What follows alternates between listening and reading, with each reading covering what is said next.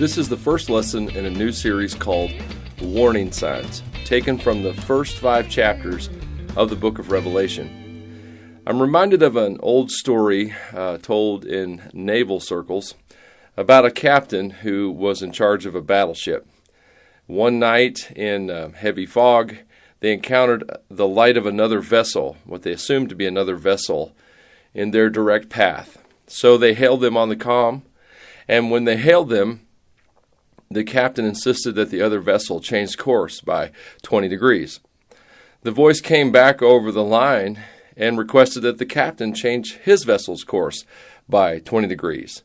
The captain responded, "I'm a captain of a battleship. Change your course by 20 degrees. The voice came back and said, "I'm a petty officer second class. Change your vessel course by 20 degrees. The captain said, "Did you not hear me say I was a battleship?"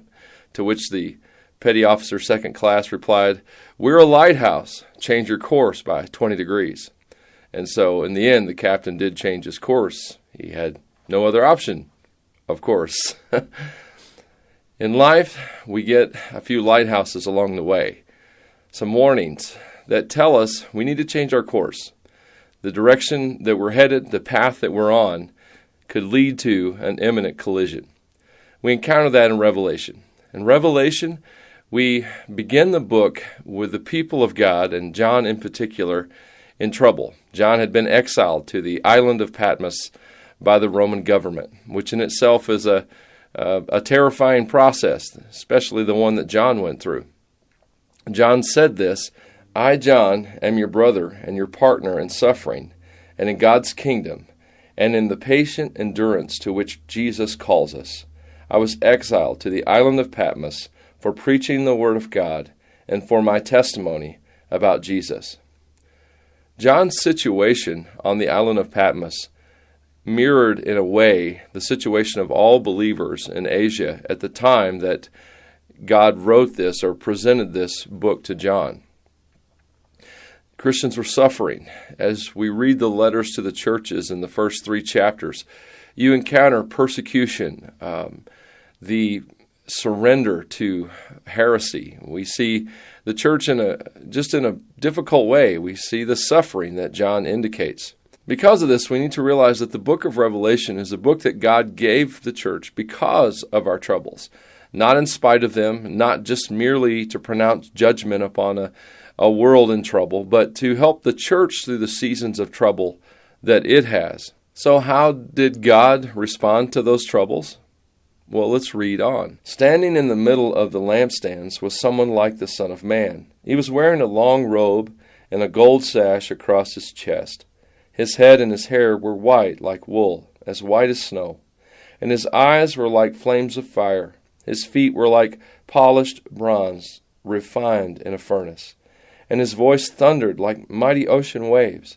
He held 7 stars in his right hand, and a sharp, 2-edged sword came from his mouth. And his face was like the sun in all its brilliance." God's answer for John's troubles and the troubles of the 7 churches throughout Asia was a clearer picture of Jesus. You see, when you read this description of Jesus Christ, you're not getting a look at Jesus' appearance. You're not getting what he looks like. You're getting a picture of what Jesus is like. And so this is what Jesus is like for our situation. And in that picture, you see the King of Kings and Lord of Lords. You see the ruler and the one who reigns over all the universe. And in particular, you see the head of the church, the leader of the church. When you see this image of Jesus Christ in Revelation chapter 1, it should leave you with no doubt as to the authority that Jesus has to speak to his church through the 7 letters that are about to be written. So Jesus' authority over the church and over the world should be without question. But is Jesus an authority over the church of his own self-interest, or is he an authority over the church and the world for our good? And that's a question I believe is fair to ask and amazing to answer, because this picture presents Jesus Christ as coming to John. When John sees him, the Bible tells us that he falls down. "When I saw him, I fell at his feet as if I were dead. But he laid his right hand on me and said, 'Don't be afraid.